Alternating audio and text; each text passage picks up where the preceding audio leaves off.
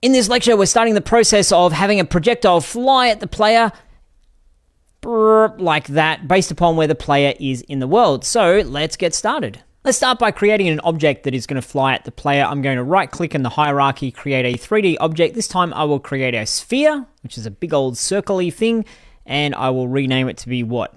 Bullet or ball or projectile. I'll call it projectile for now. It's a little bit dull, but projectile, just so you and I know this is the thing that we want to have flying at the player. And I'm going to put this over to the side and up a little bit so we can see the trajectory of it going flying towards the player when we implement that. Next up, we need a script. So I'm going to right-click down in my project area, right-click, create a mono behavior script, and I'll call this fly at player. That's what that script will be doing. Let me give you a little bit of context for a couple of things we'll be talking about. First of all, what's a vector 3? Essentially, a vector 3 is a position in the world. It contains values for x, y, and z, and we've been using vector 3s for our movement. You see over in our move player, we've got transform.translate, x value, y value, and z value. Within the brackets here is a vector 3. And we can store a vector 3 as a variable. It's one variable, for example, position, that contains 3 values, the x, the y, and the z, within that one variable. So it's an interesting concept when we first come across it. In the past, we've been thinking a variable equals a thing, one variable, one thing. But in this case, one variable needs to contain 3 things, the value for the x, the value for the y, and the value for the z. And the way we'd write that, if we're declaring this variable, would just be the type, which is vector 3, and the name, which we would possibly call position. What we're also going to be playing around with is the move towards method, which is pretty neat because we can use move towards to make an object move towards a specific point in the world. I can hear you, after I said that, I can hear you saying,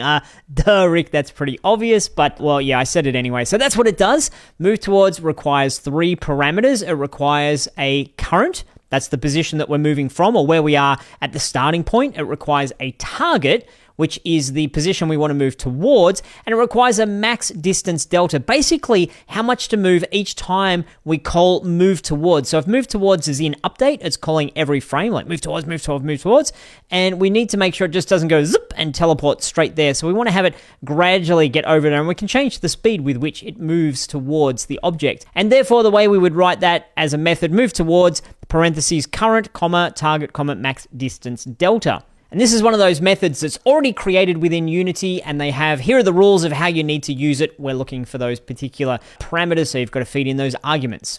Now, let's do a little bit of that. So back to Unity, I'm going to open up fly at player. As usual, I'm going to remove my comments. Oh, hang on a minute, we forgot something. Let's go back to Unity. Let's actually put the fly at player script on top of projectile. I forgot that step. I dragged it over the top, or you can add the component, add it in here so you can see, yep, there it is now. Okay, so now when I'm talking about this thing, I'm talking about the game object that this script is living on. It's only living on one particular game object at the moment, which is projectile. Within update, I'm going to access my projectile's position by starting off in update by typing transform dot position. So we're accessing the position from the transform component, and we're going to put a new value into my particular position, and that new value is going to be using the move towards. The way we write that is vector 3 dot move towards parentheses. So far, so good. We've got our method. Now, remember from my slide before, we're looking for current, target, and max distance delta. My current is, in our case, where I am right now. And where am I right now is transform.position. That's my current position. We're getting this. My position is at my position, basically, and we access that through the transform. And then what are we moving towards? Well, in our example, we're moving towards the player position. And obviously, this is something that we haven't declared and defined. So Visual Studio is saying, wait, I don't even know what that is. That's cool for now. We're just going to put it in there. We're going to define it in a moment. And the last point is, how fast do we need to move? I'm just going to put in 1F for now, and we'll tidy this up in a moment. But for now, we'll just say move at 1 unit of speed. And so what we're saying is on every frame, we want our position to be updated based upon what this move towards is telling us to do. And it's saying, take where I am right now and then head towards the player and move in that particular direction, move towards that vector 3 by 1 unit. That's what we're doing at the moment. So let's, up at the very top of our class, give ourselves a couple of lines. We will create a variable, which is player position. And this needs to be a vector 3 because it needs to know X, Y, and Z. So vector 3 lowercase p, as we do for our variables, player position. Now, you'll see a lot of people write this as player pos, for example, and that's okay if you want to do that, not a problem. Some people will write it just as pos. That's not quite as good. I like to have things super clear, particularly because you're watching a lecture and you want to know exactly what that means. Player position is very clear, no confusion on that. That's where the player's position currently is. But we're asking ourselves now, how do I know what the player's position is? Who's the player? How do I access the player? So we need a reference to the player. We need to say, this thing right here is the player. And there's a couple of ways to do that. I want to show you a way which is allowing us to connect a reference from one game object to another game object in the inspector. So up above that, I will create a serialized field. And we need to say what type we're looking for. And we're going to say transform. So we're looking for a thing that is of type transform, and all game objects have a transform component. And something you'll learn as you go along through your journey learning programming is we can often use that component to say this is what type you are. And if you remember way back at the start of the project, I was talking about how does the light know that the light is a light? Because the light has a light component on it, and the light is of type light. And so within here, we're looking for the transform. We want to know information about the transform. The transform is going to belong to the player. So I'll call the variable player, and this variable is of type transform. And then with save, I'm going to go back into Unity, have a look for my projectile. On my projectile, you'll see that we have, under our fly at player script, we have player, and in his none, I can either click the little selecty box here and select player, or I can go over to my hierarchy, find the player, dodgy the player, and drag that over into that box there. Now we've made a connection between this is the player and this is the projectile, and the projectile now knows, oh, you're referring to that game object. So this is making a reference to the player within our projectile game object, or more specifically within our fly at player script. So you can see in here, within this particular script, it now knows because we've made a reference here to a different game object that we're calling player. And in particular, we're interested in the transform of the player. And so now within start, we can define where the player is. And the reason it's in start is saying as soon as this script comes to life, so as soon as something happens in our game that says, hey, projectile, wake up and do your thing, it's going to say, oh, okay, cool, where do you want me to go? And we're going to say, go to the player.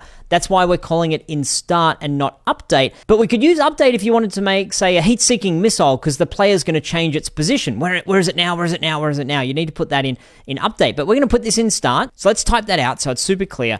Player position. Where is the player right now? What's the value? What's the vector 3? The vector 3 of the player. Where in the world is the player? And that is going to be player. So we're referring to this particular game object, or in this case, this particular transform of that particular game object, dot transform dot, and can you figure out what the last part of this equation is? What's the last bit of this? Player dot transform dot position, semicolon. Now, down in our update, we're saying my position, in other words, the position of the projectile, is going to move towards where I am now, towards the player at a rate of 1. Let's save that up, back over into Unity, and let's see if this projectile goes towards the player when we click on play. Ready, play, bam, it goes straight there, and it went real fast, so straight towards it.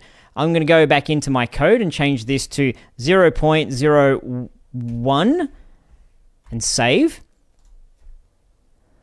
Just to show you the progress. There we go. Now each frame is moving a little bit closer, a little bit closer, a little bit closer. It's going slow. So when we had it at 1, it went bam, straight to it. But this way it's going very slowly per frame. So if you wanted to have an obstacle that was really slow, there you go. That's the speed for it. But obviously we don't want to be coming into our code here to fiddle with this. And obviously we want this to go at the same speed no matter what speed computer we're using or what power computer we're using, or whether on a phone or a mobile device. So I have a challenge for you, which is to finish our method. Improve the move towards method so that it is both frame rate independent and tunable. And if you need a hint, I'll give you a hint. If you don't need a hint, pause the video and jump into that now. If you do need a hint, then consider how we did this in our mover script. There's a hint for you. So pause the video, take on that challenge. I'll see you back here when you're done. Okay, so there's two main things I need to do here. One is frame rate independence, and the other is allowing me to tune it. I'll do the tunable part first. So up at the very top, serialize field, I will create a new variable, which will be of type float, because I want to have the decimal places in there, and I will call it speed. And I will initialize that at a value of 1.0f. Why 1.0f? I don't know. I'm just having a guess at this stage. Now, within my transform.position, etc. Instead of 0.01f, I will change this to be time.delta time, if you remember that, multiplied by speed. Now, because I've got my screen zoomed in, super zoomed in so that you can see it nice and big, it's very difficult for us to read that. And as we've talked about in the past, white space doesn't matter, so I could do something like this, transform.position equals, and then that. That's exactly the same thing as doing it like this, but it's not fitting on my screen, so I will do it like that so that we can see exactly what's going on. I'm going to hit save, back over into Unity. We should see that we could modify on our fly at player script. In here, we can modify the speed. Yep, it's currently at 1. If I click on play, how fast does it go? Way too slow, so I'm going to try 10. Boom, that's pretty good. That's not too bad. It's going to depend on the particular game object. We might have something that's closer or further away, and we might want to change the speed.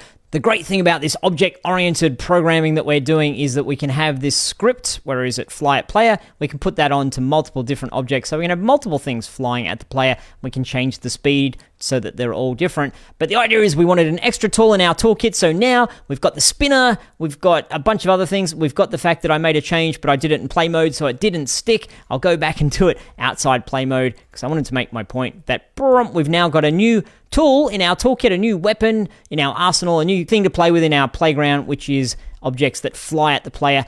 And in upcoming lectures, we'll do it so when the player runs through a trigger volume, that is when the object flies at it. That's all for this one. I'll see you shortly.